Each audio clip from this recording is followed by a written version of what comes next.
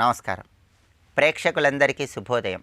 ఈనాటి పావన కార్తీక శుభయోగం శీర్షికన కార్తీక మాసంలో ఎటువంటి దానాలు నిర్వహిస్తే ఎలాంటి ప్రత్యేకమైన శుభ ఫలితాలు సిద్ధింపజేసుకోవచ్చో పరిశీలిద్దాం. కార్తీక మాసంలో దానాలకు విశేషమైన ప్రాధాన్యతను చెప్పడం జరిగింది. కార్తీక మాసంలో అన్నిటికంటే గొప్ప దానం అన్నదానం. ఎందుకంటే మనకి స్కాంద పురాణం వైష్ణవ ఖండం ఏం చెప్తుందంటే, కార్తీకేచ అన్నదానంచ యహ కుర్యాద్ భక్తిమాన్ నరః తస్య అఘం నశ్యతి క్షిప్రం పవమానాద్యదాఘనః అంటుంది స్కాంద పురాణం వైష్ణవ ఖండం. అంటే ఈ శ్లోకంలో ఉన్న అర్థం ఏంటంటే, కార్తీకేచ అన్నదానంచ యహ కుర్యాద్ భక్తిమాన్ నరః, పరమ పవిత్రమైనటువంటి కార్తీక మాసంలో ఎవరైతే అన్నదానం చేస్తారో తస్య అఘం నశ్యతి క్షిప్రం. అఘం అంటే పాపం, క్షిప్రం అంటే వెంటనే. వాళ్ళ పాపాలన్నీ వెంటనే తొలగింపజేసుకోవచ్చు. పవమానాద్యదాగనః, పెనుగాలికి మబ్బులు వీడిపోయినట్లుగా వాళ్ళ పాపాలన్నీ వెంటనే తొలగింపజేసుకోవచ్చని స్కాంద పురాణం వైష్ణవ ఖండంలో చెప్పబడినటువంటి ఈ శ్లోకం మనకు తెలియజేస్తోంది. కార్తీక మాసంలో అన్నదానము, వస్త్రదానము, గోదానము, భూదానము, సువర్ణదానము, విద్యాదానము, ఇలా అనేక రకాలైన దానాలు ఉన్నాయి. అయితే గోవులు దానం చేసిన ఫలితం కంటే, ఏనుగులు దానం చేసిన ఫలితం కంటే, బంగారం దానం చేసిన ఫలితం కంటే, వస్త్రదానం చేసిన ఫలితం కంటే, విద్యాదానం చేసిన ఫలితం కంటే కొన్ని వేల రెట్లు అత్యుత్తమమైనటువంటి ఫలితం అన్నదానంతో కలుగుతుందని స్కాంద పురాణం వైష్ణవ ఖండంలో వశిష్ఠ మహర్షి జనక మహారాజుకు, నారద మహర్షి పృథు చక్రవర్తికి వివరించాడు. కాబట్టి అన్ని దానాల కంటే కార్తీక మాసంలో గొప్ప దానం అన్నదానం. అన్నదానం తర్వాత అంతే శక్తివంతమైనటువంటి దానం దీపదానం. కాబట్టి కార్తీక మాసంలో శివాలయ ప్రాంగణంలో కానీ, విష్ణు ఆలయ ప్రాంగణంలో కానీ, నదీ తీరంలో కానీ దీపదానం చేయటం ద్వారా ఉత్తమ ఫలితాలు కలుగుతాయి. అలాగే పరమ పవిత్రమైనటువంటి కార్తీక మాసంలో స్నానం చేసి చలితో వణుకుతూ ఉన్న వాళ్ళకి, తడి వస్త్రములు కలిగిన వాళ్ళకి వస్త్రదానం చేస్తే అనేక వేల అశ్వమేధ యాగాలు చేసిన ఫలితం కలుగుతుందని స్కాంద పురాణం వైష్ణవ ఖండంలో చెప్పారు. అలాగే కార్తీక మాసంలో పండ్లు దానం ఇవ్వటం ద్వారా కర్మ ఫలితాల తీవ్రతను తగ్గింపజేసుకోవచ్చు. అపమృత్యు దోష తీవ్రతను తగ్గింపజేసుకోవటానికి, సంతానం దీర్ఘాయుర్దాయాన్ని సిద్ధింపజేసుకోవటానికి, మీ పిల్లలు ఆయురారోగ్య అష్టైశ్వర్యాలతో విరాజిల్లటానికి పరమ పవిత్రమైన కార్తీక మాసంలో విష్ణు ఆలయంలో, విష్ణు సన్నిధిలో నారికేళ దానం ఇవ్వాలి, కొబ్బరికాయ దానం ఇవ్వాలి. ఎవరైనా సరే ఆర్థికంగా బాగా కలిసి రావాలంటే, పిల్లలు వృద్ధిలోకి రావాలంటే కార్తీక మాసంలో ఎప్పుడైనా సరే విష్ణు సన్నిధిలో ఒక్కసారి కొబ్బరికాయ దానం ఇస్తే విశేషమైన శుభ ఫలితాలు కలుగుతాయి. అలాగే పరుపులు, దుప్పట్లు ఇలాంటివి కార్తీక మాసంలో దానమిస్తే విశేషమైన శుభ ఫలితాలు కలుగుతాయి. కార్తీక మాసంలో ప్రతిరోజు తాంబూల దానమిస్తే భూమికి ప్రభువు అవుతారని స్కాంద పురాణం వైష్ణవ ఖండంలో ఉంది. అంటే ఎవరైనా సరే భూలాభము, గృహలాభము కలగాలంటే, సొంతింటి కలను సాకారం చేసుకోవాలంటే ప్రతిరోజు కూడా కార్తీక మాసంలో తాంబూల దానం ఇవ్వాలి. అంటే ఇంట్లో మహిళలు పసుపు, కుంకుమ, పూలు, పండ్లు, రవిక వస్త్రము ఉంచి ముత్తైదువులకి తాంబూల దానం ఇచ్చినట్లయితే జాతకంలో ఉన్నటువంటి గృహదోషాలన్నీ తొలగిపోతాయి, గృహయోగాన్ని తొందరగా సిద్ధింపజేసుకోవచ్చు. అలాగే కార్తీక మాసంలో శాకములు, కూరగాయలు దానం ఇచ్చినా కూడా విశేషమైన శుభ ఫలితాలు కలుగుతాయి. అసలు ఏ దానము ఇవ్వలేకపోయినా లవణం, ఉప్పు దానం ఇచ్చినా కూడా ఉత్తమ ఫలితాలు కలుగుతాయని స్కాంద పురాణం వైష్ణవ ఖండంలో చెప్పారు. అలాగే బాగా అలిసిపోయి ఇంటికి వచ్చినటువంటి అతిథికి కార్తీక మాసంలో భోజనం పెట్టినట్లయితే దానివల్ల కలిగేటటువంటి పుణ్యము కొన్ని వేల జన్మల వరకు ఉంటుందని కూడా స్కాంద పురాణం వైష్ణవ ఖండంలో చెప్పారు. అలాగే కార్తీక మాసంలో గోగ్రాసం దానం ఇస్తే కూడా అద్భుత ఫలితాలు కలుగుతాయి. గోవుకి ఆహార నిమిత్తమై గ్రాసము మనం దానంగా ఇచ్చినట్లయితే దానివల్ల కలిగేటటువంటి పుణ్యం బ్రహ్మదేవుడికి కూడా చెప్పడం సాధ్యం కాదని స్కాంద పురాణం వైష్ణవ ఖండంలో చెప్పారు. కాబట్టి పరమ పవిత్రమైనటువంటి కార్తీక మాసంలో ఈ ప్రత్యేకమైనటువంటి దానాలలో ఏ దానమైనా నిర్వహించండి. తప్పకుండా అన్నదానం చేయటం ద్వారా విశేషమైన శుభ ఫలితాలు సిద్ధింపజేసుకోండి. రేపటి పావన కార్తీక శుభయోగం శీర్షికన కార్తీక మాసంలో వచ్చే ఆదివారం సందర్భంగా సూర్యభగవాను ఏ విధంగా ఆరాధన చేస్తే విశేషమైన శుభ ఫలితాలు కలుగుతాయో పరిశీలిద్దాం. నమస్కారం.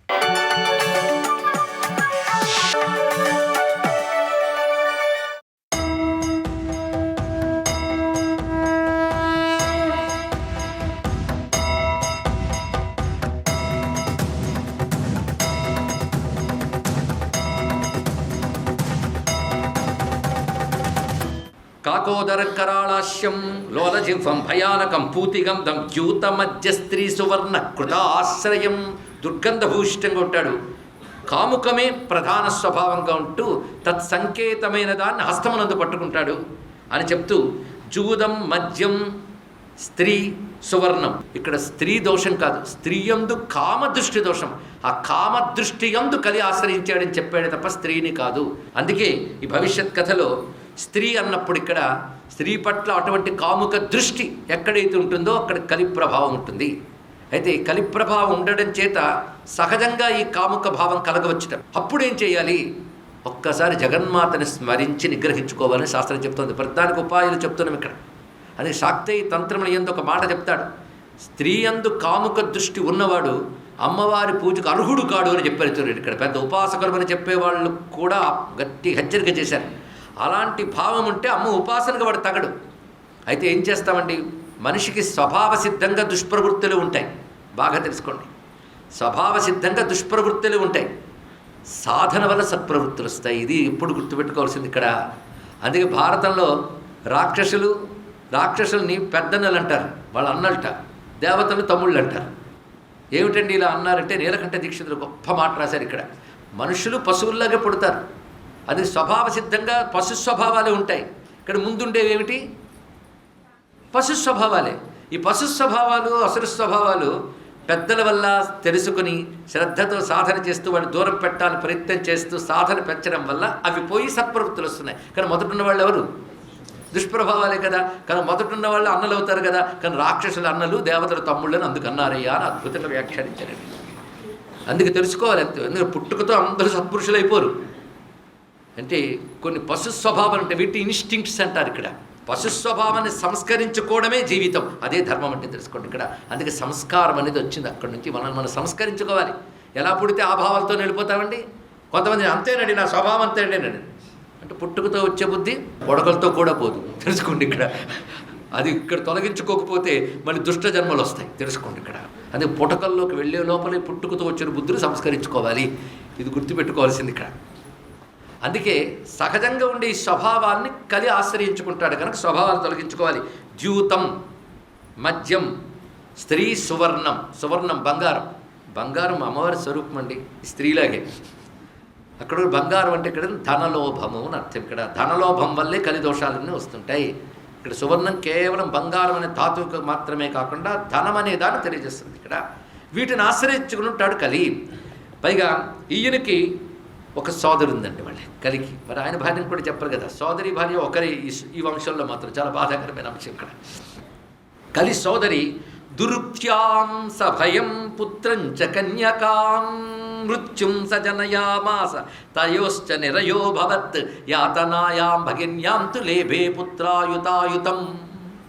ఏం అద్భుతమైన విషయం అంటే ఒక్క ఈ టాపిక్ మీదే ఎవరైనా థీసిస్ సబ్మిట్ చేయించండి, అంత ఉంది ఇందులో ఇక్కడ. కలి సోదరి దురుక్తి. దురుక్తి అంటే కూడని మాటలు, అంటే కలిలో వినబడినవి అని అర్థం ఇక్కడ. కలిలో వినబడేవన్నీ దురుక్తులు. దురుక్తులు అంటే శాస్త్ర విరుద్ధమైనవి, అది అర్థం ఇక్కడ. ధర్మం ఇలా చెప్పింది, సదాచారం చెప్పింది, అవన్నీ ఎవడు పాటిస్తాడండి అని పక్కకు తోసేస్తామే, వాటి దురుక్తి అంటాం. ఇది కలికి సోదరి, అదే భార్య. వాళ్ళకి కలిగిన వాడు భయుడు అనే పుత్రుడు, మృత్యువు అని పుత్రిక. భయుడు మృత్యువు. వాళ్ళిద్దరికి కలిగిన వాడు నిరయుడు. వాటికి అర్థాలు చెప్తాను, తొందరపడద్దు. ఈ నిరయుడికి సోదరి భార్య యాతన. ఇంకా వాళ్ళకి 10,000 సంతానాలు కలిగారన్నాడు ఇక్కడ. ఇప్పుడు మళ్ళీ మొదటి నుంచి వద్దాం. వంశవృక్షం మర్చిపోకూడదు. మొదలెవడు? అధర్ముడు. ఆయన భార్య పేరు మిథ్య, ఆయన కొడుకు పేరు దంభ, ఆయన కూతురు మాయ, కపటం. వాళ్ళకి కలిగిన వారు లోభుడు, నికృతి. వాళ్ళకి కలిగిన వాడు క్రోధుడు. ఆ క్రోధుడికి హింస ద్వారా కలిగినవాడు కలి. కలి భార్య దురుక్తి. వీళ్ళకి కలిగినవాడు భయుడు, ఆయన భార్య మృత్యువు. ఇప్పుడు చూద్దాం. అంటే ఇంతవరకు కలి ప్రభావం తర్వాత ఏం జరుగుతుంది చూపించారు. కలి వల్ల కూడని మాటలు వస్తే దురుక్తులు. దురుక్తులు అంటే కూడని మాటలు, ధర్మ విరుద్ధమైన వచనములు. వచనాలు వినబడ్డమే కాదు, ఆ వచనాలే కనబడుతూ ఉంటాయి క్రియారూపంలో కూడా. అందుకు దురుక్తి అని చెప్పాడు ఇక్కడ. ఆ రెండిటి ప్రభావం చేత, అంటే కలి దోషం చేత దురుక్తి చేత కలిగేది ఏంటంటే భయం. అందుకే కలిలో కనబడే పెద్ద లక్షణం ఏంటో అందరిలో భయం భయం భయం. దేనికో భయం అండి. ఎప్పుడు డబ్బున్న వాడికి భయం, డబ్బు లేని వాడికి భయం, అందరికీ భయం భయం భయం భయం. కలి ప్రభావం అది. కనుక భయం కలుగుతుంది. తర్వాత భయం మృత్యువు. భయంతో పాటు మృత్యువు. మృత్యువు అంటే చావు. ఎన్ని చావులు తెలుసా మనకి? లలితాశాసనం చదువుతుంటే ఒకసారి ఆశ్చర్యం కలిగింది. సర్వమృత్యు నివారిణి అని. సర్వమృత్యువులు ఏంటమ్మా? ఒకటే చావు కదా. అన్ని మృత్యువులు ఉన్నాయా అంటే చచ్చే వరకు ఎన్నో చావులు ఉన్నాయి నాయనా అని సమాధానం చెప్తుంది అమ్మవారు. చచ్చే వరకు చచ్చే చావే. ఎన్నో ప్రతిదీ ప్రాణ సంకటం అంటూ ఉంటాయి కదా. ప్రాణ సంకటాలు ఈ మాటలు అవే. అడుగడుగున భయం. ఆ భయంతో పాటు మృత్యువు. మృత్యువులు అంటే అనేక రకాలండి. ఏకంగా శరీరం పోవడమే కాదు, అవయవాలు పోవడం, బుద్ధిశక్తి క్షీణించని రకరకాల మృత్యువులు అటాక్ చేస్తాయి. ఆఖరికి వస్తుంది అసలు మృత్యువు. కనుకనే భయంతో మృత్యువుట. వీళ్ళ వల్ల వచ్చేటువంటి వాడెవడు? నిరయుడు. అంటే కలిదోషం వల్ల దురుక్తులు అంటే శాస్త్ర విరుద్ధము. ఈ రెండింటి వల్ల వచ్చేది భయము మృత్యువు. తర్వాత దశ నిరయం. నిరయం అంటే నరకం అని అర్థం. ఇక్కడ నరకం అంటే మృత్యు అయిపోయింది లేదు, అవన్నీ బాధలు అనుభవించాల్సిన దశ నిరయం, నరకం. ఆ నరకంలో పొందే వాటిని ఏమంటారు? యాతనలు కదా. ఈ యాతనలు అక్కడ వరకు చెప్పాడంతే. వాళ్ళకి పుట్టిన వాళ్ళ సంతానం అయుతాయుతం. 10,000 10,000 10,000 వేలాది అన్నాడు. అంటే యాతనలు అనేక రకాలని అర్థం. కానీ అధర్మం నుంచి యాతనల వరకు విస్తరించినటువంటి సంతానం అర్థమైంది కదా. కానీ కలి ప్రభావాలు మనస్సులో ఉంటే దురుక్తుల మీద ఆసక్తి కలుగుతుంది. ఆ దురుక్తులే పట్టు కూర్చుంటే భయము మృత్యువు నరకము యాతనలు కలుగుతాయి. ఇది గొప్పగా చూపించారు. ఇది నారాయణాయ కృష్ణాయ గోవిందాయ నమో నమః.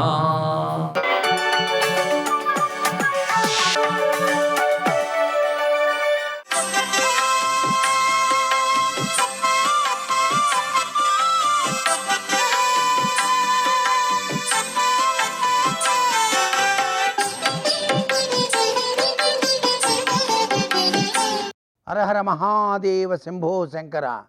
ఓం నమ శివాయ. శ్రీ కార్తీక దామోదరాయ నమ. కార్తీక మాసంలోనండి ముఖ్యమైనటువంటి సుదినాలు కొన్ని ఉన్నాయి. ఆ సుదినాల్లో దీపదానం ఆచరించడం చాలా గొప్ప విశేషాన్ని ప్రసాదిస్తుంది.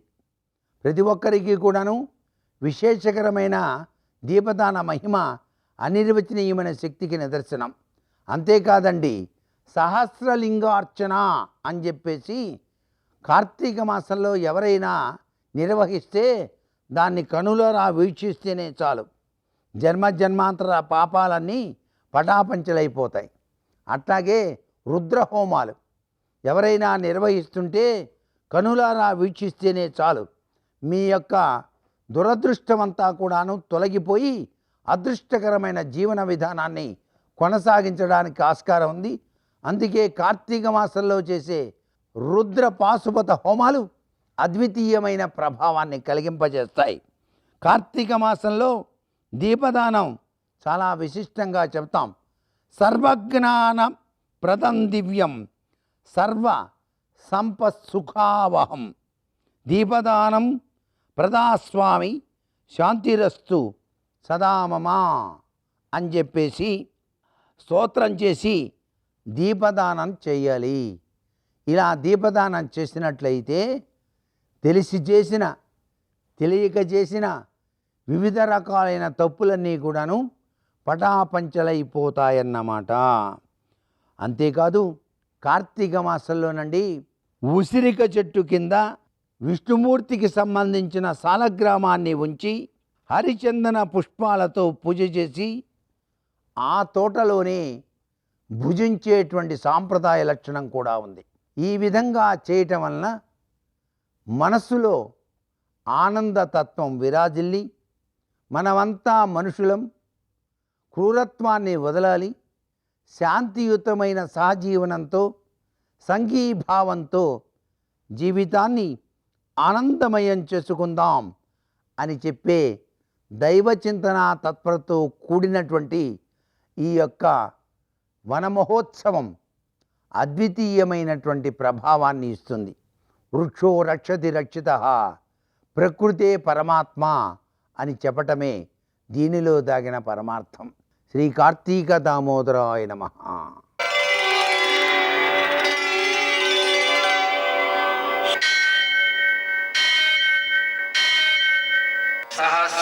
वीरुषं देवं विश्वाक्षं विश्वशम्भुवं विश्वं नारायणं देवमक्षरं परमं पदं विश्वतः परमां नित्यं विश्वं नारायणगुं हरिं विश्वमेवेदं पुरुषस्तद्विश्वमुपजीवति पतिं विश्वस्यात्मेश्वरगुं शाश्वतगुं शिवमच्युतं नारायणं महाज्ञेयं विश्वात्मानं परायणम्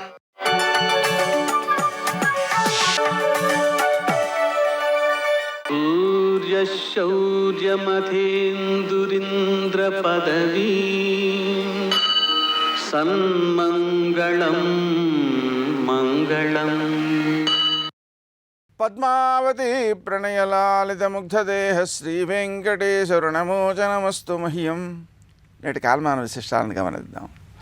స్వస్తి శ్రీ చాంద్రమాన క్రోధినామ సంవత్సరం దక్షిణాయనం శరదృతువు కార్తీక మాసం కృష్ణపక్షం శనివారం సూర్యోదయం 6:25 సూర్యాస్తమయం 5:36 తిథి పాడ్యమి రాత్రి 11:52 వరకు నక్షత్రం కృత్తిక రాత్రి 7:30 వరకు వర్జం ఉదయం 8:43 నుంచి 10:09 వరకు దుర్ముహూర్తం ఉదయం 6:25 నుంచి 7:54 వరకు అమృతకాలం సాయంకాలం 5:21 నుంచి 6:47 వరకు రాహుకాలం శనివారం కాబట్టి ఉదయం 9 నుంచి 10:30 వరకు అష్టగౌర రీత్యా శుభప్రదమైన సమయం ఉదయం 8:30.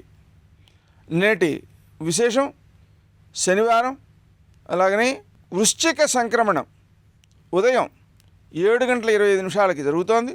అందుకని సంక్రమణ ప్రయుక్తమైనటువంటి హరిపద పుణ్యకాలం సూర్యోదయం దగ్గర నుంచి 7:25 లోపలనే ఉంటుంది. ఆ కారణంగా మనం సంక్రమణ ప్రయుక్తమైనటువంటి పితృదేవతారాధన, దానము, స్నానము మొదలైనవన్నీ కూడా 7:25 లోపల పూర్తి చేసేయాలి. ఈరోజు త్రేతాయుగాంతం కూడా ఉంది. దానికి సంబంధించినటువంటి శ్రాద్ధం అంటే పితృదేవతారాధన కూడా చేయాలి.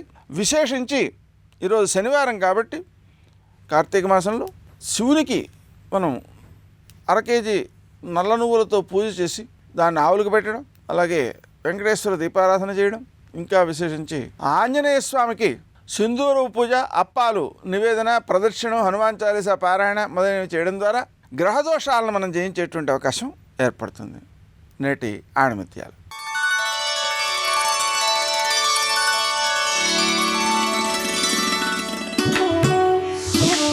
ప్రయత్నం ఎప్పటికీ వృధా కాదు, వైఫల్యం శాశ్వతం కాదు. కొన్నిసార్లు చిన్న ప్రయత్నము నీకు ఉన్నత స్థానాన్ని కల్పిస్తుంది.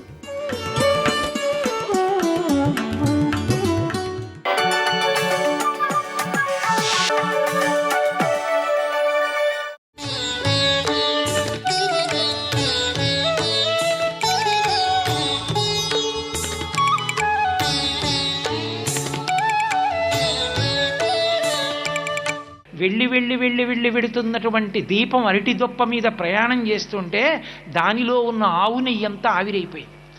అది ఆ అరటి దొప్ప మీదే నిధనం అయిపోయింది. కొంత ఒత్తిడికి తిరగబడి ఆ గంగలోనే కలిసిపోయింది. గంగలో ఉన్న చేపే మింగేసింది, గంగలోనే ఉండిపోయింది.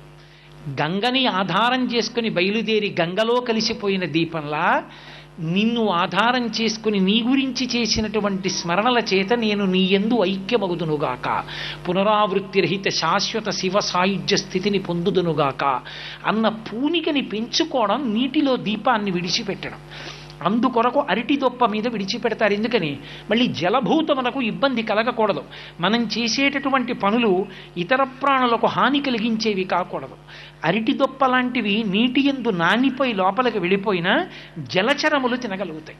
అంతేకాని నేను పెట్టుకున్న దీపం నీటి మీద బాగా తేలాలని నీటి యందు కరగని పదార్థాన్ని మీరు వినియోగించారనుకోండి, అవి నీటి యందు ఉండేటటువంటి భూతములకు మళ్ళీ మీరు అపకారం చేసిన వారు అవుతారు. అప్పుడు మనుష్య ప్రాణికి చెయ్యవలసినటువంటి కర్తవ్యమునందు దోషం వస్తుంది. కాబట్టి అరటి దొప్పలో దీపం పెట్టి విడిచిపెట్టండి అన్నారు పెద్దవాళ్ళు. కార్తీక దీపము అన్నదొక్కటే అంత ప్రాశస్త్యం వహించింది. అందుకే కార్తీక మాసంలో దీపం వెలిగిస్తే చాలు. దీపం పెట్టడం అన్నప్పుడు దీపాన్ని ఎక్కడ ఉంచడానికి అనువైన ప్రదేశమో అక్కడే దీపాన్ని ఉంచాలి. అందుకే కార్తీక మాసానికి నదికి అంత దగ్గరి సంబంధం. కార్తీక మాసంలో నదీ స్నానం ప్రత్యేకంగా విధింపబడింది. కార్తీకంలో నదీ స్నానం చేసి తీరాలి. నదీ స్నానము అన్నప్పుడు మీరు ఒక మాట గుర్తుపెట్టుకోవాలి. కార్తీక మాసంలో నదీ స్నానం చేయడం అంటే మీ పక్కన ఉన్న నదిని విడిచిపెట్టి మీరు దూరంగా ఉన్న వేరొక నదిలో స్నానానికి వెళ్ళకూడదు. ద్రవిడ దేశంలో తిరువళ్ళువారు అని ఉన్నారు. ఆయన ఒక మాట అంటారు, అసలు నీరు లేకపోతే ధర్మం లేదు. ఎందుకని? సంధ్యావందనం చెయ్యాలి, ఆచమనం చెయ్యాలి, ఎక్కడి నుంచి చేస్తావు నీళ్లు లేకపోతే? కాబట్టి నీరు లేకపోతే అసలు లోకము నిలబడదు. అంత గొప్పదైనటువంటి నీటి రూపంలో నీ పక్కన ఏ నది ప్రవహిస్తోందో అది నీ అన్నానికి కారణమైంది. ఆ నీటి వలననే పంట పండుతోంది. ఆ నీటిని తాగి నువ్వు ప్రాణములు నిలబెట్టుకున్నావు. ఆ నీటితోటే నువ్వు ధర్మాన్ని నిలబెట్టుకుంటున్నావు. ఇన్నిటికీ ఆధారభూతమైనటువంటి ఈ నదిని విడిచిపెట్టి నువ్వు వేరొక నదిలో స్నానం చేసి, అబ్బా నేను గంగా స్నానం చేసి వచ్చానండి అనకూడదు. నువ్వు గోదావరి నీళ్లు తాగుతున్నవాడివి గోదావరికి నమస్కారం చేసి స్నానం చేసి, అమ్మా నీ అనుగ్రహంతో గంగా స్నానానికి వెళ్తున్నానమ్మా ఇన్నాళ్ళకి అని ఆవిడ అనుమతి తీసుకుని గంగా స్నానానికి వెళ్ళాలి తప్ప నువ్వు గోదావరి విడిచిపెట్టి గంగ దగ్గరికి వెళ్ళిపోతానంటే అది దోషమై కూర్చుంటుంది. కాబట్టి నదీ స్నానము అన్న మాటకు అర్థం ఉంది. వేదంలో నదీ ప్రవాహము, నదీ నదము అని 2 మాటలు శ్రీరామాయణంలో వాల్మీకి మహర్షి యుద్ధకాండలో చెప్తారు. నదీ నదము ఈ రెండింటికి ఆ పేర్లు ఎందుకు వచ్చాయో. చతుర్ముఖ బ్రహ్మగారు ఈ సృష్టి ప్రారంభం చేసినప్పుడు నదులన్నీ తూర్పు దిక్కుగా ప్రవహించి సముద్రంలో కలవాలని, నదములన్నీ పశ్చిమ దిక్కుగా ప్రవహించి సముద్రంలో కలవాలని నిర్ణయం చేశాడు.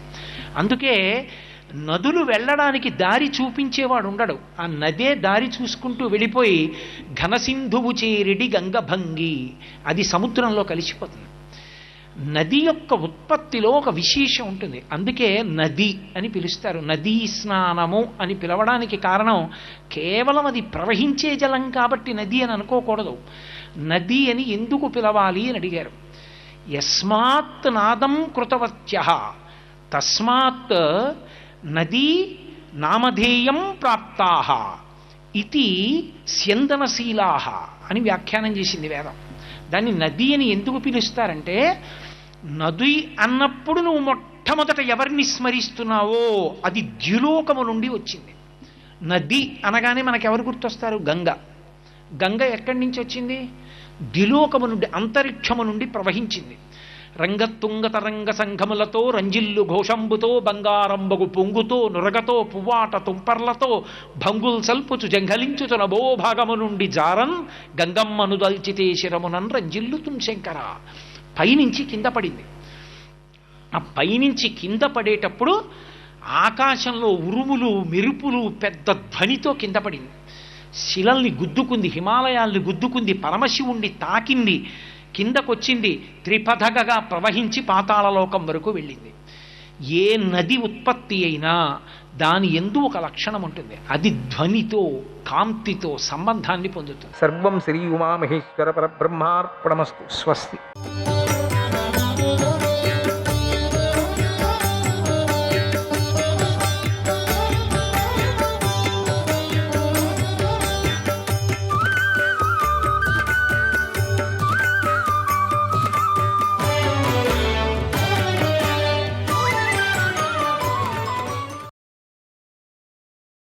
ఎలాంటి కోరికలు లేని జ్ఞాని మళ్ళీ జన్మించడు. ఈ ఇద్దరూ వేద మార్గంలోనే పుణ్యలోకాలు పొందుతారు. అయితే వారి సంకల్ప భేదం వల్లే వారిలో ఫలభేదం కనిపిస్తుంది. జ్ఞానులు సంకల్పిస్తే వారి మనశ్సిద్ధి ప్రకారం ఎద్దులు తమంత తాముగా కాడికి కట్టుబడతాయి, వారి బండిని లాగుతాయి. ఆవులు తమంతాముగా పాలనిస్తాయి. అలాంటి యోగసిద్ధులు దగ్గరకు దక్షిణలు తనంత తానుగా వస్తాయి. దాంతో వారు చాలినంత దక్షిణలతో యాగం చేస్తారు. ఆ ఋత్వికుల దగ్గరకు దక్షిణలుగా కూడా తమంత తాముగా వచ్చి చేరుతాయి. అలా అంతఃకరణాన్ని నిలుపుకున్నవాడే భూమిని కూడా పొందుతాడు. ఓ విప్ర, అందువల్లనే సిద్ధయోగులు ఓషధులతోనే యజ్ఞాలు నిర్వహిస్తారు. కానీ కోరికలు గల మూఢులు అటువంటి యాగాలను చేయలేరు. కోరికలుంటే చేయలేరు. కర్మఫల త్యాగం చేయగల వారికే అటువంటి మహిమ ఉంటుంది. కాబట్టే నేను త్యాగాన్ని ప్రదానం చేసుకొని నీకు ఇలా చెబుతున్నాను. ఆశలు లేనివాడు, కోరికలు లేనివాడు, నమస్కారాలకు స్తుతులకు దూరంగా ఉండేవాడు, ధర్మక్షయం లేనివాడు, కర్మబంధాలు తొలగినవాడే విప్రుడని దేవతలు భావిస్తారు. జాజలి, అధ్యయనం చేయకుండా యజ్ఞాన్ని మాని విప్రులకు దానం చేయటాన్ని విడిచిపెట్టి భోగ పదార్థాలను పొందాలని ప్రవృత్తిని కోరుకుంటున్నవాడు చెడుగతిని పొందుతాడు. కానీ నిష్కామ ధర్మాన్నే దైవంగా భావించి ఆరాధించినవాడు నిజమైన యజ్ఞఫలాన్ని, మోక్షాన్ని పొందుతాడు అన్నాడు తులాధారుడు. ఆ మాటలు విని జాజలీడు అడిగాడు, ఓ వర్తక, నువ్వు చెబుతున్న ఈ ఆత్మయాగ తత్వాన్ని నేనెప్పుడూ మునుల దగ్గర నేను వినలేదు. ప్రాచీన మహర్షులు ఎవరూ దీనిపై పెద్దగా దృష్టి పెట్టలేదు. వారు గొప్పవారే, బాగా ఆలోచించిన వారే, కానీ ఇలాంటి ధర్మాన్ని వారు ఎప్పుడూ చెప్పలేదు. అందుకే నేను నిన్ను అడుగుతున్నాను, ఇలా ఆత్మయజ్ఞాన్ని తెలుసుకోలేని అజ్ఞానులు ఉంటారు. వారు దీని భాగ్యాన్ని పొందలేరు. మరి వారు ఎలాంటి కర్మ చేయాలి? వారికి ఏ కర్మ సుఖాన్ని లభింపజేస్తుంది? ఓ మహాప్రాజ్ఞ, దాన్ని నాకు చెప్పు, నేను శ్రద్ధగా వింటానని అడిగాడు. అప్పుడు తులాధారుడు ఇలా చెప్తున్నాడు, ఓ జాజలి, డాంబికులు చేసే యజ్ఞాలను యజ్ఞమని చెప్పకూడదు. అలాంటి డాంబికులకు మానసిక యజ్ఞం చేయటానికి కానీ కర్మయజ్ఞం చేయటానికి కానీ అధికారం లేదు. నెయ్యి, పాలు, పెరుగు, పూర్ణాహుతులతోనే శ్రద్ధ గలవారు యజ్ఞాన్ని ముగిస్తారు. వారికి ఒకవేళ శక్తి లేకపోతే ఆవు తన తోకతో, కొమ్ములతో, పాదధూళితో వారి యాగానికి ఫలాన్ని ఇస్తుంది. పత్నీం చానేన విధినా ప్రకరోతి నియోజయం ప్రకరోతి నియోజయన్ ఇష్టంతు దైవతం కృత్వా ఇష్టంతు దైవతం కృత్వా యథాయజ్ఞమవాప్నుయాత్ యథాయజ్ఞమవాప్నుయాత్. ఇలా దేవతలను అర్చించటానికి శ్రద్ధను పత్నిగా చేసుకొని యజ్ఞాన్నే దేవతలుగా భావించి ఆరాధించి యథార్థ రూపంగా యజ్ఞపురుషుడైన శ్రీ మహావిష్ణువును పొందవచ్చు. యజ్ఞవిధిలో ఉన్నటువంటి సకల పశువుల పాలతో చేసిన పురోడాశమే పవిత్రమైనది. నదులన్నీ సరస్వతీ స్వరూపాలు, ఈ పర్వతాలన్నీ పవిత్రాలే. జాజలి, ఆత్మయే ప్రధాన తీర్థం. తీర్థాలు సేవించాలి అంటూ దేశాలు పట్టుకొని తిరగవలసిన పని లేదు. ఇప్పుడు నేను చెప్పిన అహింసా ధర్మాన్ని పాటిస్తే చాలు. దానికి విశేష కారణాలతో ధర్మాన్ని సమన్వయం చేసుకుంటూ పుణ్యలోకాలను పొందవచ్చు అన్నాడు. భీష్ముడు ధర్మరాజుకి ఇలా చెప్పాడు, ఓ రాజా, ఇలా హింస లేనిని యుక్తితో కూడినవి ఎల్లప్పుడూ సజ్జనుల చేత సేవించబడే ధర్మాన్నే వర్తకుడైన తులాధారుడు చెప్పాడు అన్నాడు. శ్రీకృష్ణాయ పరమాత్మనే నమః. 264 అధ్యాయం. తులాధారుడు జాజలికి ఇలా చెప్పాడు, ఓ మహాత్ముడా, నేను చెప్పిన ఈ ధర్మ మార్గాన్ని మంచివారు చెడ్డవారు స్వీకరించారా, ఎవరు స్వీకరించారు అని బాగా పరిశీలించి తెలుసుకో. నీకిప్పుడు నిజం తెలుస్తుంది. ఆకాశంలో ఎన్నో డేగలు, మరెన్నో పక్షి జాతులు అంతటా తిరుగుతూ ఉంటాయి. వాటిలో నీ నెత్తిన గ్రుడ్లు పెట్టిన పక్షులు కూడా ఉన్నాయి. అవి అక్కడక్కడ గూళ్ళలోకి చేరి ఉన్నాయి. చూడు, ఇవి కాళ్ళు చేతులు ముడుచుకొని శరీరాన్ని లోనికి చొచ్చుకొని ఉన్నాయి. వాటన్నిటినీ పిలిచి అడుగు. ఓ జాజలి, నువ్వు పిలిస్తే నువ్వు ఆదరించి రక్షించిన పక్షులు నిన్ను తండ్రిలాగా భావిస్తాయి కదా. వాటికి నిజంగా నువ్వు తండ్రివే కనుక నీ పిల్లలను పిలు, నిజం తెలుసుకో అన్నాడు తులాధారుడు. అప్పుడు జాజలి పక్షులను పిలిచాడు. ఆశ్చర్యకరంగా అక్కడికి వచ్చి ఇలా అన్నాయి, అహింసాధికృతం కర్మ అహింసాధికృతం కర్మ ఇహ చైవ పరత్రచ ఇహ చైవ పరత్రచ శ్రద్ధాం నిఘంతి వై బ్రహ్మన్ శ్రద్ధాం నిఘంతి వై బ్రహ్మన్ సాఘతాహంతితం నరం సాఘతాహంతితం నరం. ఓ విప్ర, అహింసతో చేసిన కర్మయే ఇహపరలోకాలలో ఉత్తమ ఫలాన్ని ఇస్తుంది. హింసాభావన కలిగి ఉండటం మంచిది కాదు. అది శ్రద్ధను నాశనం చేస్తుంది. నాశనమైన శ్రద్ధ హింస చేస్తున్న కర్తనే సర్వనాశనం చేస్తుంది. ఇది సత్యం. ద్వంద్వాలను సమానంగా భావిస్తూ శ్రద్ధ కలవారు, జితేంద్రియులు, మంచి మనస్సు కలవారు యజ్ఞాన్ని తమ కర్తవ్యంగా భావించి చేసినప్పుడు అది ఎప్పుడూ నిష్ఫలం కాదు. ఓ విప్ర, శ్రద్ధ సూర్యుడి కూతురు. అందుకే ఆమెను వైవస్వతి, సావిత్రి, ప్రసవిత్రి అని కూడా పిలుస్తారు. వాక్కు మనస్సు కూడా శ్రద్ధ తరువాతవి.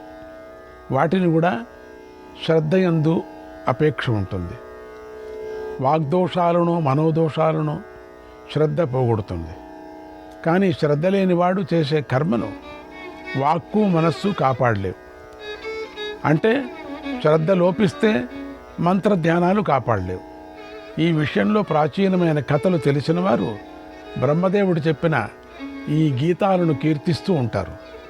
శ్రద్ధ లేకుండా అపవిత్రంగా ఉన్నటువంటి శ్రద్ధతో అపవిత్రంగా ఉన్న వారి యాగద్రవ్యాన్ని దేవతలు సమంగానే భావిస్తారు. సమానంగానే దేవతలు లోభి అయిన వేదవేత్తను, దానశీలుడైన వ్యాపారిని గురించి బాగా ఆలోచించి ఇద్దరిని ఒకటిగానే భావిస్తారు. ఇద్దరూ అర్పించే హవిస్సులు సమానమే అని నిశ్చయించారు. అది అలా ఉండగా ఒకనాడు బ్రహ్మదేవుడు యజ్ఞ సమయంలో దేవతల ప్రవర్తనను గమనించాడు. వారిలోని దోషాన్ని గుర్తించి ఇలా అన్నాడు: ఓ దేవతలారా, మీరు తప్పు చేశారు. ఉదారుడు అర్పించే హవిస్సు శ్రద్ధ కారణంగా పవిత్రమవుతుంది. లోభి అర్పించే హవిస్సు అతడే అశ్రద్ధ కారణంగా అపవిత్రమవుతుంది. దీన్ని మీరు గ్రహించాలి. ఉదారుడి అన్నాన్ని మాత్రం తప్పకుండా స్వీకరించాలి.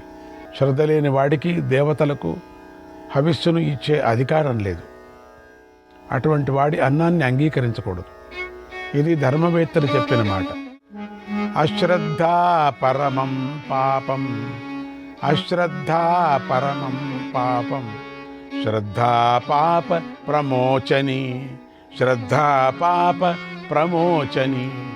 జగాతి పాపం శ్రద్ధావాన్, జగాతి పాపం శ్రద్ధావాన్, సర్పో జీర్ణమివ త్వచం, సర్పో జీర్ణమివ త్వచం. అశ్రద్ధ మహాపాపం. శ్రద్ధ పాపాన్ని తొలగిస్తుంది. పాము కుబుసాన్ని విడిచినట్లుగా శ్రద్ధ కలవాడు పాపాన్ని విడిచిపెడతాడు. జాయసీయా పవిత్రాణాం, జాయసీయా పవిత్రాణాం, నివృత్తి శ్రద్ధయా సహ, నివృత్తి శ్రద్ధయా సహ, నివృత్తశీలో దోషోయక, శ్రద్ధావాన్ పూత ఏవ సహ, శ్రద్ధావాన్ పూత ఏవ సహ. శ్రద్ధతో పాపాన్ని తొలగించుకోవటం అనేది పవిత్రమైన కర్మలన్నిటిలోనూ చాలా గొప్పది. నడవడిలో తప్పు లేని శ్రద్ధావంతుడు ఎప్పుడూ పవిత్రుడుగానే ఉంటాడు. ఇప్పుడు ఒక ధర్మరహస్యం చెబుతున్నాను చూడండి. ఇలా మహాభారతంలోని ధర్మరహస్యాలు పట్టుకొని ఆచరించాలి. మహాభారతం ధర్మశాస్త్రం కనుక గబగబా దాటవేస్తూ ఉంటే రహస్యాలు తెలియవు. యుద్ధం కొట్లాటలే కనిపిస్తాయి, ధర్మం కనిపించదు. అందుచేత ఓపికగా, ప్రీతితో, ప్రేమతో భారతాన్ని ప్రశాంతంగా వినాలి. అలా శ్రద్ధ కలిగి వింటే ఇలాంటి రహస్యాలు ఎన్నో తెలుస్తాయి. కిం తస్య తపసా కార్యం, కిం తస్య తపసా కార్యం, కిం వృత్తేన కిమాత్మనా, కిం వృత్తేన కిమాత్మనా. శ్రద్ధామయోయం పురుషః యో యత్ శ్రద్ధః స ఏవ సఖ, యో యత్ శ్రద్ధః స ఏవ సఖ. శ్రద్ధావంతుడికి మరే తపస్సు అవసరం లేదు, మరే ఆచార్య వ్యవహారాలు అవసరం లేదు, ఆత్మవిచారణలు అవసరం లేదు. సాత్విక రాజస తామసాలతో దేనిపై శ్రద్ధ ఉంటే అలాంటి స్వభావమే కలుగుతుంది. ఈ గమనిక తెలుసుకొని సాత్విక శ్రద్ధను పెంచుకోవాలి. ధర్మాత్మతత్వం తెలిసిన వారు ఇలా ధర్మస్వరూపాన్ని చెప్పారు. ఓ జాజలి, మేమీ జ్ఞానాన్ని జిజ్ఞాసతో ధర్మదర్శనుడైన మహర్షి ద్వారా పొందాం. ఓ జాజలి, కనుక నువ్వు ఈ విషయంపై శ్రద్ధ పెట్టు. ఆ తర్వాత దీనిని అనుసరించు, ఆచరించు, పరమగతిని పొందుతావు. శ్రద్ధ గలవాడు సాక్షాత్ ధర్మస్వరూపుడే అవుతాడు. శ్రద్ధాపూర్వకంగా ధర్మంపై నిలిచినవాడు అందరికన్నా శ్రేష్ఠుడవుతాడు అని జాజలికి చెప్పాడు తులాధారుడు. ఓ ధర్మరాజా, తర్వాత కొంతకాలానికి జాజలి తులాధారుడిద్దరూ పరమపదాన్ని, పరమధామాన్ని చేరుకున్నారు. తాము చేసుకున్న పుణ్యకర్మలను తగిన విధంగా లభించిన స్థానాలను పొందారు. సుఖంగా స్వర్గలోకంలో విహరించారు. ఇలా తులాధారుడు మంచి మంచి విషయాలను చక్కగా బోధించాడు. సనాతన ధర్మాన్ని తెలిపాడు. దాని జాజలి చక్కగా విని అవగాహన చేసుకున్నాడు. ఓ ధర్మరాజా, తులాధారుడి బోధను లోకం అంగీకరించింది. దానిని విని జాజలి పరమశాంతిని పొందాడు. ఈ ఉపదేశాన్ని అంతా నీకు ఉన్నది ఉన్నట్లుగా నీకు చెప్పాను. ఇంకా ఏమి వినాలనుకుంటున్నావు అడుగు చెబుతానన్నాడు భీష్మ పితామహుడు. శ్రీకృష్ణాయ పరమాత్మనే నమః. 265వ అధ్యాయం. భీష్ముడు ఇలా ధర్మరాజుకు చెప్తున్నాడు. ఓ ధర్మరాజా, పూర్వం విచఘ్న రాజ సకల ప్రాణులపై దయచూపుతూ ఉండేవాడు. ఆయన చెప్పిన విషయాలను అందరూ ఇలాంటి సందర్భాల్లో గుర్తు చేసుకుంటూ ఉంటారు కూడా. ఆ విషయాన్ని చెబుతున్నాను విను. ఒకసారి విచఘ్న రాజు యజ్ఞశాలకు వెళ్ళాడు. అక్కడ ఒక ఎద్దుకు గొంతు తెగి ఉంది. దాన్ని రాజు చూశాడు. అప్పుడు దాని పక్కనే ఎన్నో గోవులన్నీ నిలబడి ఆర్తనాదం చేస్తున్నాయి. రాజు వాటిని చూసి ఇలా అన్నాడు, లోకంలోని గోవులన్నీ సుఖంగా ఉండాలి, ఆనందంగా ఉండాలి, గోవులకు శుభం కలగాలి అని కోరుకున్నాడు. తర్వాత హింసను నిషేధిస్తూ ఇలా అన్నాడు, మూర్ఖులు, నాస్తికులు, సంశయాత్ములు, అప్రసిద్ధులు మాత్రమే ధర్మ మర్యాదలను అతిక్రమించారు, హింసను సమర్థించారు. ధర్మాత్ముడైన మనువు అయితే సకల కర్మలతోనూ అహింసనే చెప్పాడు. మానవులు తమ ఇష్టం వచ్చినట్లు బహిరంగంగా వేదికపై పశువులను బాధిస్తున్నారు. కాబట్టి బుద్ధిమంతులు వైదిక ప్రమాణాలను బట్టి ధర్మ సూక్ష్మాన్ని నిర్ణయించాలి, తెలుసుకోవాలి. సకల ప్రాణుల కోసం చెప్పబడిన ధర్మాలతో అహింసే అన్నిటికన్నా గొప్పదిగా చెప్పబడింది. ఉపవాస నియమాలను పాటించండి, కోరికలతో కూడిన కర్మలను విడిచిపెట్టండి. ఆచారం అనే పేరుతో సాగుతున్న కోరికలు తీర్చుకునే కర్మలు అనాచారమని తెలుసుకోండి. క్షుద్రులు మాత్రమే ఫలాన్ని కోరుతూ కర్మను చేస్తారు. కొందరు యాగంలో యూప నిర్మాణం కోసమే చెట్లు నరుకుతున్నామని చెబుతారు. కనుక మేము చేసేది వ్యర్థం కాదు, ధర్మమే అని వాదిస్తారు. అయినా కూడా ఇలాంటి ధర్మాన్ని పండితులెవరూ కూడా మెచ్చుకోరు. సకల యజ్ఞాలలోనూ విప్రులు విష్ణువునే ఆరాధిస్తారు. పాయసం, పూలు మొదలైన పదార్థాలతోనే హరికి సంబంధించిన యాగం చేయటం మంచిది. ఈ విధానమే వేదంలో చెప్పబడింది కూడా. వేదాలలో చెప్పబడిన వృక్షాలనే యజ్ఞాలలో ఉపయోగించాలి. ఉత్తములు పవిత్ర భావనతో ప్రోక్షణ చేసి తయారు చేసిన హవిస్సే సర్వదేవతలకు సమర్పించాలి అన్నాడు భీష్ముడు. ధర్మరాజు ఇలా అడిగాడు, ఓ తాత, హింసను పూర్తిగా విడిచిపెడితే వారి శరీరము ఆపదలు పరస్పరం ఘర్షణ పడతాయి కదా, ఆపదలు శరీరాన్ని శుష్కించేలాగా చేస్తాయి కదా, అప్పుడు శరీరం ఆపదల నుండి బయటపడాలని కోరుకుంటూ ఉంటుంది కదా. కనుక సూక్ష్మంగా హింస జరుగుతుందనే భావనతో వ్యవసాయం వంటి పనులు మానేస్తే ఇక ఎలా బ్రతకాలి, అందరూ జీవనాన్ని ఎలా గడపాలి అని అడిగాడు. భీష్ముడు ఇలా చెప్పాడు, ధర్మరాజా, శరీరం శోషించకుండా ఉండటానికి, మృత్యువుకు వశం కాకుండా ఉండటానికి ఎంతవరకు కర్మలు అవసరమో అంతవరకు కర్మలు చేయాలి. ఇది ధర్మం. దీన్ని అందరూ పాటించాలి. తథా కర్మసు వర్తేత, తథా కర్మసు వర్తేత, సమర్థో ధర్మమాచరేత్, సమర్థో ధర్మమాచరేత్. శరీరం తగిన శక్తి ఉండి సమర్థంగా ఉన్నప్పుడే కదా ధర్మాన్ని ఆచరిస్తుంది. కనుక శక్తి ఉన్నప్పుడే ధర్మాచరణ చేయాలి, నియమాలు పాటించాలి. సామర్థ్యం ఉన్నంత వరకు తప్పదు. అందరూ వేదం చెప్పినట్లుగా నడుచుకోవలసిందే, ధర్మాన్ని ఆచరించవలసిందే అన్నాడు భీష్మ పితామహుడు. శ్రీకృష్ణాయ పరమాత్మనే నమః. 266వ అధ్యాయం. యుధిష్ఠిరుడు భీష్ముడిని ఇలా అడిగాడు, ఓ పితామహ, తప్పనిసరిగా పని చేయవలసి వచ్చినప్పుడు ఎలా పని చేయాలి? వెంటనే చేయాలా లేక ఆలస్యంగా చేయాలా అని అడిగాడు.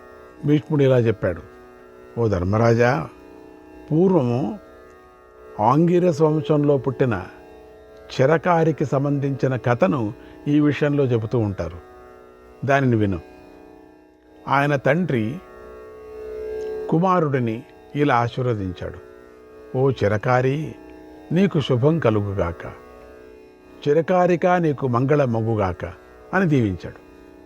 ఎందుకంటే చిరకారి మహామేధావి, కర్తవ్యాన్ని పాటించటంలో ఎప్పుడూ కూడా తప్పు చేయలేదు, తప్పు చేయడు.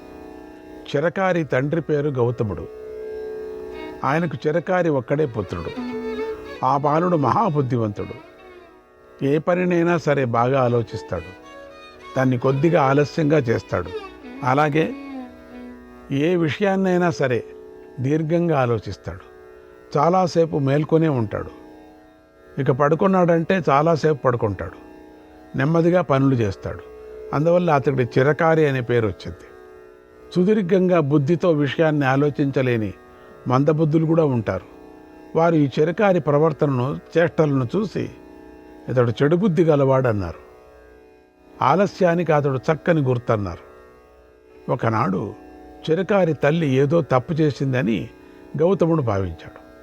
ఆమెపై ఎంతో కోపించాడు. ఆ సమయంలో కుమారులందరూ అక్కడే ఉన్నారు, చిరకారి కూడా అక్కడే ఉన్నాడు. గౌతముడు ఆమెను నిందిస్తూ ఇతర కుమారులను కాదని చిరకారిని పిలిచి ఇలా అన్నాడు, నాయనా, నీ తల్లి తప్పు చేసింది కనుక వెంటనే నీ తల్లిని వధించు అని ఆదేశించాడు. అడవిలోకి వెళ్ళిపోయాడు ఆదేశించి. చిరకారికి నెమ్మదిగా ఆలోచించడం, నెమ్మదిగా పని చేయటం అలవాటు కనుక అతడు తన స్వభావం మేరకు చాలాసేపటి తర్వాత అలాగే అన్నాడు. ఎంతోసేపు అయిన తర్వాత అలాగే నాయన అన్నాడు. ఆ నాన్న వెళ్ళిపోయారు, ఇంక లేరు అక్కడ. తర్వాత అసలేం జరిగింది అంటే, ఎందుకు జరిగింది, కారణం ఏమిటి, ఎవరు దోషులు, ఎవరు నిర్దోషులు, తప్పు చేయటానికి ఎలాంటి పరిస్థితులు ఏర్పడ్డాయి అని ప్రశ్నల మీద ప్రశ్నలు వేసుకున్నాడు, రాసుకున్నాడంతా. ఒక పేపర్ తీసుకురావటానికి కోసం ఒక 2 గంటలైంది. ఏదో దొరికింది. పెన్ను తీసుకురావటానికి కోసం ఒక రోజంతా అయింది, రాసుకున్నాడు. ఈ విషయాన్ని గురించి తీవ్రంగా చాలాసేపు రోజులే యోచన చేశాడు. ఏమైనా సరే అది తండ్రి ఆజ్ఞ కదా, దాన్ని పాటించి తీరాలి. మరో ప్రక్క తల్లిని చంపకూడదు, రక్షించుకోవాలి. ఇప్పుడేం చేయాలి? ఈ ధర్మ నిర్ణయంలో పెద్ద చిక్కు వచ్చి పడింది ఈ చిరకారికి. దుష్టుల్లాగా నేను కూడా ఈ ధర్మ సంఘటనలో మునిగిపోవాలా? ఎలా దీని నుండి బయటపడేది? శ్రీకృష్ణాయ పరమాత్మనే నమః.